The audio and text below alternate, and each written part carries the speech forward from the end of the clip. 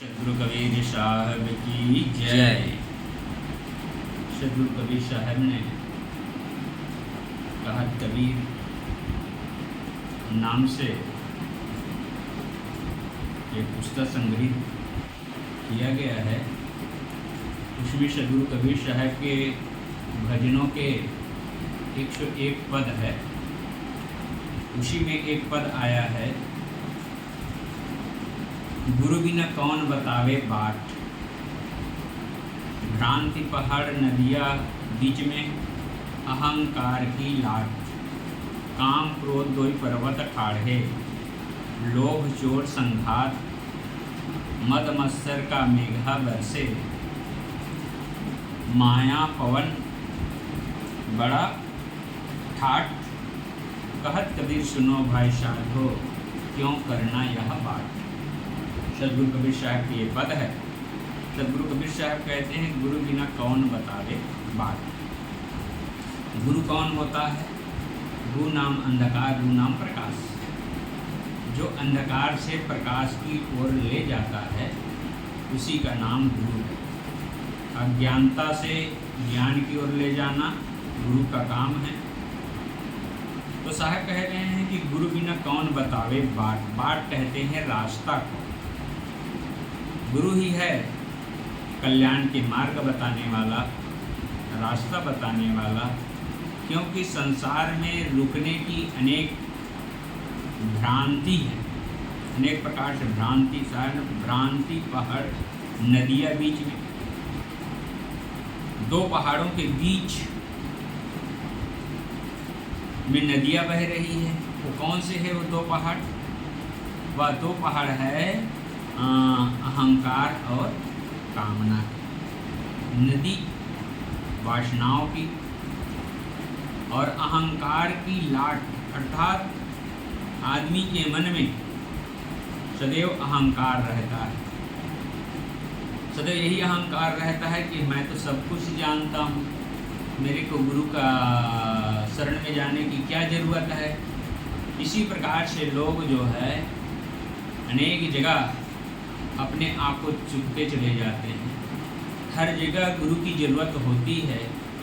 जहाँ हम रास्ता चलते हैं, रास्ता भटक जाते हैं, तो किसी को रास्ता पूछते हैं तो समझ लीजिए वो गुरु बनाना हुआ। तो कहने का मतलब सद्गुरु हम सबको यही बताना चाहते हैं कि सच्चे सद्गुरु के बिना कल्याण का रास्ता कौन बता सकता है। काम और क्रोध की जो दो पर्वत खड़ी हुई है, काम क्रोध, ये दो चीज मनुष्य को बाधा उत्पन्न करता है। मूल में है काम। काम जब सफल होता है तो मोह पैदा होता है, और काम जब विसफल होता है तो क्रोध पैदा होता है। और इसी प्रकार से जो है काम और क्रोध की जो है धारा में मनुष्य पड़ा रहता है। और इन्हीं के भ्रांति की नदियाँ हैं। मन में अनेक प्रकार से भ्रांतियाँ हैं। मैं कौन हूँ, मेरा कल्याण होगा कि नहीं होगा, ईश्वर है कि नहीं है, परमात्मा है कि नहीं है।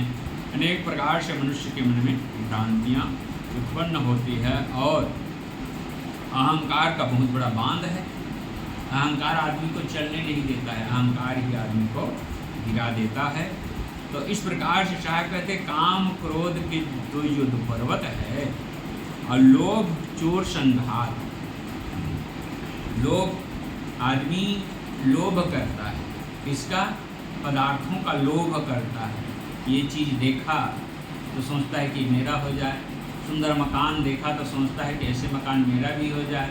किसी के सुंदर गाड़ियाँ देखी तो उसके बारे में आदमी सोचने लग जाता है कि सब मेरे हो जाए। लोभ के जो है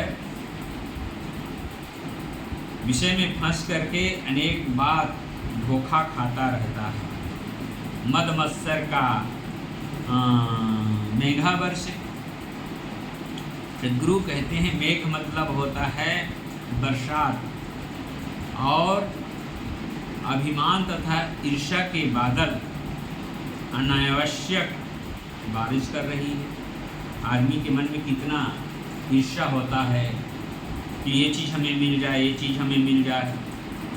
इस ईर्ष्या और तृष्णा तृष्णा मतलब और की चाहनाएं, और इन्हीं के कारण से मनुष्य दुख भोगता रहता है।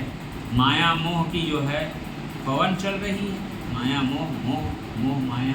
तो गुरु कबीर साहब ने कहा है कि मोह मन का जो है मोह कर लेना, मन की एक आसक्ति है, और मन माया अलग नहीं है, मन का ही विकार है। और इसलिए जहाँ पर मन के सुधार हो जाता है तो मन माया का सुधार हो जाता है। सद्गुरु कबीर साहब कहते हैं कि हे भाई संतो सुनो, इस रास्ते से चल करके ही संसार सागर से मनुष्य पार हो सकता है।